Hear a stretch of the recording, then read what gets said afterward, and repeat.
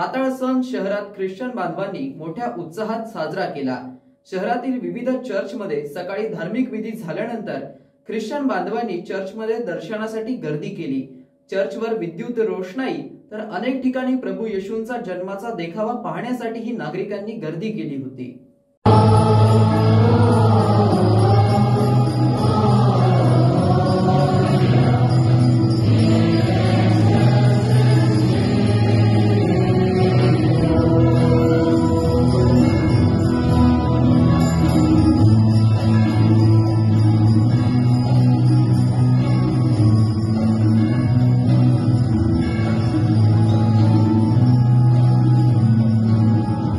दरवर्षीप्रमाणे नाताळ सण शहरात ख्रिश्चन बांधवांनी मोठ्या उत्साहात साजरा केला।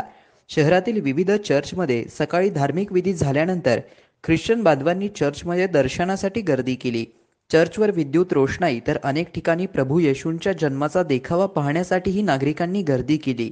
नाताळ निमित्त शहरातील विविध चर्च सजवण्यात आले होते। चर्चवर विद्युत रोषणाईसह क्रिसमस ट्री, केक तसेच सांता क्लॉजनेही बच्चे कंपनीला भेट दिली।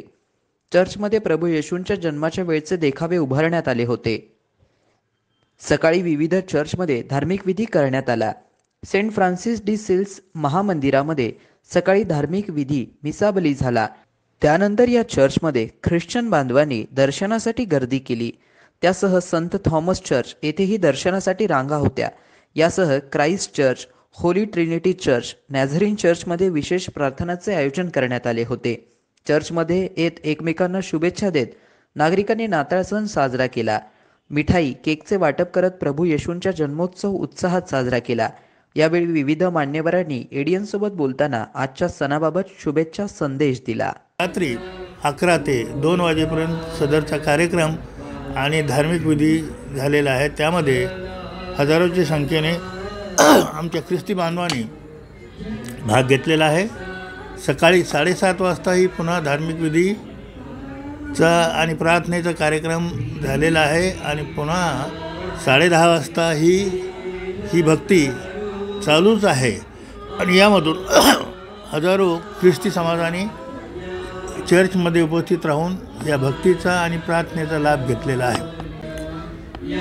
सर्वांना माझा हे संदेश आहे, जगात काही ठिकाणी अशांती आहेत, युद्ध आहेत आणि जगात सर्वीकडे शांतता राहावी म्हणून शांततेचा आणि बंधुभाव ठेवण्याचा संदेश मी आमच्यातर्फे समाजातर्फे सर्व जनतेला देतो। आमचे जे चर्च आहे इथं सर्व आमचे बांधव एकत्र होऊन 24 नाईट रात्रीची भक्ती होते आणि दिवसा जी आहे आता ही जी भक्ती चालू आहे, सकाळी 10ची भक्ती सुरू झालेली आहे आणि येशू ख्रिस्ताच्या जन्माविषयी आम्हाला येशू ख्रिस्ताच्या जन्माविषयी हे सर्व काही आम्हाला बोलता येते आणि आम्हाला सांगता येतं आणि आमचे जे धर्मगुरू आहेत ते आम्हाला नेहमी यावेळेस मार्गदर्शन करतात। और ख्रिस्ता उत्सव जयंती जी आहे आमची, तर आज आमच्या ख्रिस्ताचा जन्म झालेला आहे, त्याचा बड्डे या हिशोबाने आम्ही हा पाळीत आहोत आणि आम्ही सर्व ख्रिस्ती बांधव औरंगाबाद शहरातली सगळे ख्रिस्ती बांधव एकत्र येऊन आम्ही उपासना आराधना करीत असतो आणि येशू ख्रिस्ता जन्माची वार्ता ही सर्व देवाला आम्ही सांगत असतो, पूर्ण जगाला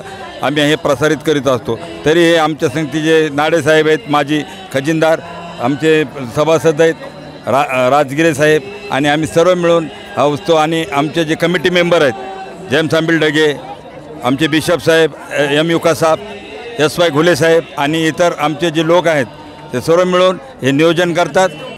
आज संपूर्ण शहरामध्ये जिल्ह्यामध्ये नाताळ अतिशय उत्साहामध्ये साजरा करण्यात आला। काल रात्री 24च्या नाईटपासनं मध्यरात्री अनेक चर्चमध्ये केक कापून मध्यरात्रीपासूनच हा जल्लोषाची मोठ्या प्रमाणावरती सुरुवात करण्यात आली। मागच्या आठवड्याभर प्रत्येक चर्चमध्ये खूप चांगले सांस्कृतिक, धार्मिक व गरजवंतूला मदत करणारे असे बरेचसे उपक्रम अनेक चर्चेसने राबवले। आज मुख्यतः क्राइस्ट चर्च म्हणजे जवळपास 150पेक्षाही जास्त जुने चर्च आहे, ऐतिहासिक चर्च आहे। या ठिकाणी खूप मोठ्या प्रमाणावरती भाविक पूर्ण मराठवाड्यातून त्या ठिकाणी आले। आनंद नगरी या ठिकाणी उभारून बालगोपालांना आनंद कसा देता येईल याची देखील त्या ठिकाणी काळजी घेण्यात आली। लाखोच्या संख्येने या ठिकाणी भाविक आले।